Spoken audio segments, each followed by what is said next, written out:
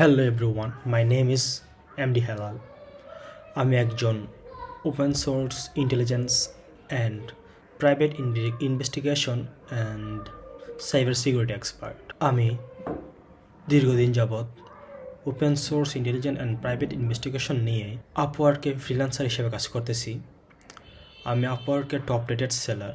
আমি জানি open source intelligence সম্পর্কে বাংলাদেশের অনেক মানুষই জানে না, কিন্তু এই স্কিলটার ডিমান্ড এখন মোটামুটি অনেক ভালো আছে এবং দ্রুত কাজ পাওয়া যায়। তাই আমি মনে করি ফ্রিল্যান্সার যারা নতুন করে শুরু করতে যাচ্ছেন তাদের এই বিষয়টির অধ্যয়ন করে শুরু করা যায়। তারা অনেক ভালো করবেন বলে আমি মনে করি। খুব দ্রুত তারা অনেক ভালো করতে পারবেন। চলুন শুরু করা যাক। সবার আগে বলতে চাই, আমার চ্যানেলটি নতুন, তো আমি চাই আপনাদের জন্য ভালো ভালো ইউজফুল ভিডিও তৈরি করতে। তাই আপনারা আমার চ্যানেলটিকে সাবস্ক্রাইব করবেন। চলুন শুরু করা যাক। এই ভিডিওতে আমরা জানব ওসেন্ট কী, ওসেন্টের ফান্ডামেন্টালস আমরা এই ভিডিওতে জানব।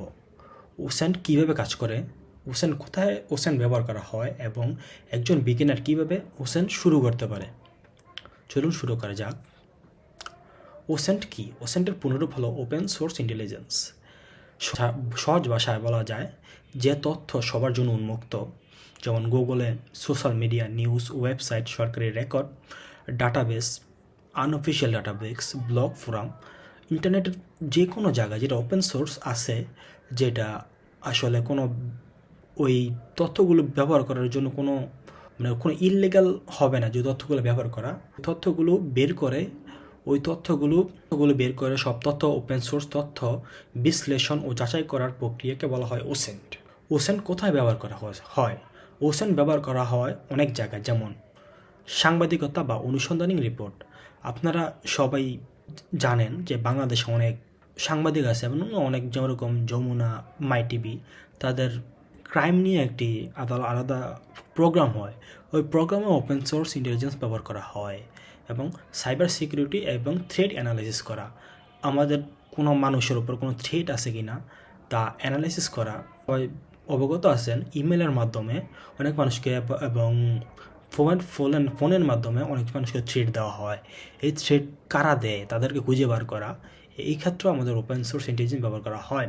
আইনশৃঙ্খলা বাহিনী আসলে এখন প্রযুক্তি দুনিয়ায় বেশিরভাগ কেস সলভ করতে আসলে ওপেন সোর্স ইন্টেলিজেন্সের ব্যবহার করা হয়। আইনশৃঙ্খলা বাহিনী ইন্টারনেট থেকে বিভিন্ন তথ্য সংগ্রহ করে অপরাধীকে শনাক্ত করে এবং তাকে চিহ্নিত করে তার লোকেশন ট্রেস করে তাকে বার করতে পারে। ফ্যাক্ট চেকিং এটা এখন অনেক জনপ্রিয়। আপনারা জানেন বিশেষ করে বাংলাদেশে এবং পুরো পৃথিবীতেই আছে বিভিন্ন অপতথ্য ছড়িয়ে দেওয়া, যে কোনো মানুষের ব্যাপারে ভুল ইনফরমেশন ছড়িয়ে দেওয়া, ওই ফ্যাক্ট চেকিং করাও ওপেন সোর্স ইন্টেলিজেন্সের মধ্যেই পড়ে। একাডেমিক গবেষণা, আসলে যারা পিএইচডি করে অথবা যারা গবেষণা নিয়ে কাজ করে তারা ইন্টারনেট থেকে অনেক তথ্য সংগ্রহ করে এবং তথ্য সংগ্রহ করে তার গবেষণার জন্য ব্যবহার করে এবং সে নতুন একটা গবেষণা করে। এটার জন্য ওসেন্ট অনেক কাজ করে। ডিজিটাল নিরাপত্তা এবং ব্যক্তিগত সুরক্ষা, আসলে ডিজিটাল নিরাপত্তা এবং ব্যক্তিগত সুরক্ষা। ডিজিটাল নিরাপত্তা, আমাদের যে ফেসবুক অ্যাকাউন্ট আছে, আমরা বিভিন্ন সোশ্যাল মিডিয়া অ্যাকাউন্ট ব্যবহার করি। এই সোশ্যাল মিডিয়া অ্যাকাউন্টগুলোর নিরাপত্তা নিশ্চিত করার ক্ষেত্রে ওসেন্ট ব্যবহার করা হয়। যারা এবং ব্যক্তিগত সুরক্ষা, দেখা যায় আমাদের অনেকের তথ্য ব্যক্তিগত তথ্য লিক হয়ে যায়। এই ক্ষেত্রেও এই সমস্যা সমাধানের জন্য ওসেন্ট ব্যবহার করা হয়। এমনকি সাধারণ মানুষও ওসেন্ট ব্যবহার করে আসলে, যেমন ভুয়া অ্যাকাউন্ট চিহ্নিত করা। আমাদের সোশ্যাল মিডিয়া অনেক ভুয়া অ্যাকাউন্ট থাকে, যেমন ফেসবুকে, টুইটার, ইনস্টাগ্রামে। ওই ভুয়া অ্যাকাউন্ট থেকে দেখা যায় আমাদেরকে অনেক ধরনের মেসেজ দেওয়া হয় এবং আমরা অনেক স্ক্যামের শিকার হই। এই স্ক্যাম যাচাই করতেও আমাদের ওসেন্টের প্রয়োজন হয়।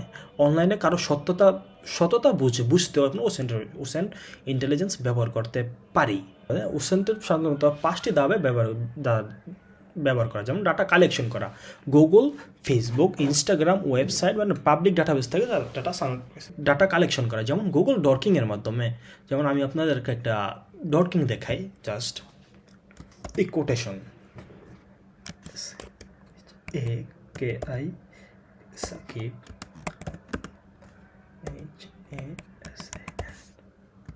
সাকিব আল হাসান। এই কোটেশনের মাধ্যমে এটা একটা গুগল ডক, এই মাধ্যমে শুধু সাকিব আল হাসান রিলেটেড তথ্য আমার সামনে আসবে।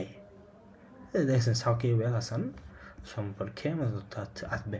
যদি আমরা চাই যে তথ্য শুধু যে কোনো একটা সাইট থেকে আসুক, তো আমরা লিখতে পারি যেমন SIT সাইট,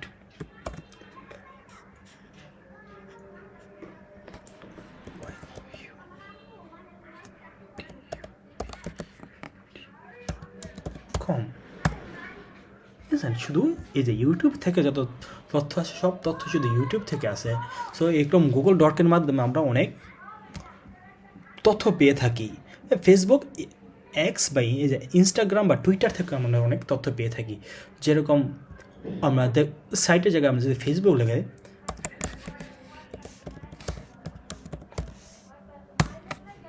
ফেসবুক থেকে যত তথ্য আসে আমরা একটা তথ্যতে ঢুকি, এই দেখেন এখানে সাকিব আল হাসানের অনেক তথ্য আসলে,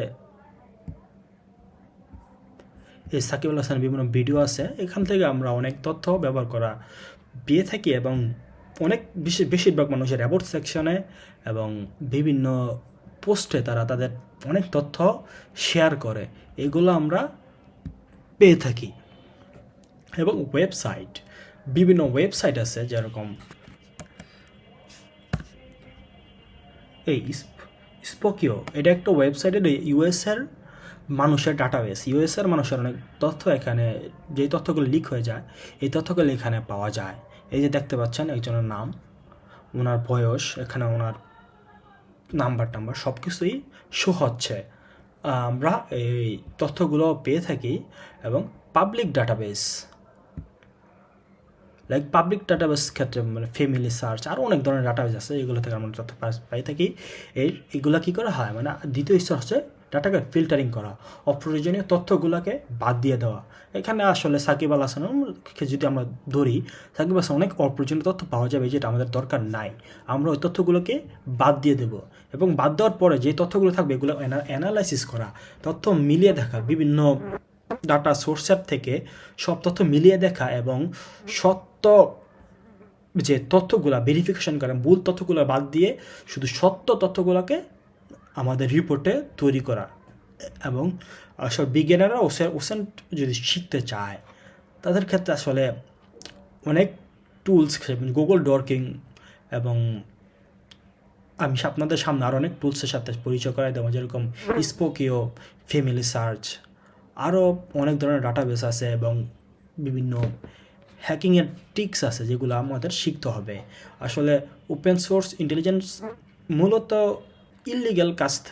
ইলিগালভাবে কোনো তথ্য সংগ্রহ করা না, কিন্তু আমাদের অনেক কেস সলভ করার জন্য ইলিগাল ওয়েতেও অনেক তথ্য বার করা লাগে।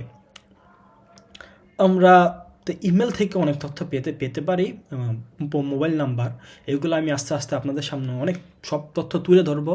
আপনারা আমাদেরকে সাথে থাকবেন, আমাদের চ্যানেলটিকে সাবস্ক্রাইব করে আমাদের সাথে থাকবেন। আমি চাই আপনাদের এক একজনকে ওপেন সোর্স ইন্টেলিজেন্স উপরে একজন এক্সপার্ট হিসেবে গড়ে তুলতে। সবাইকে অনেক ধন্যবাদ আমাদের সাথে থাকার জন্য।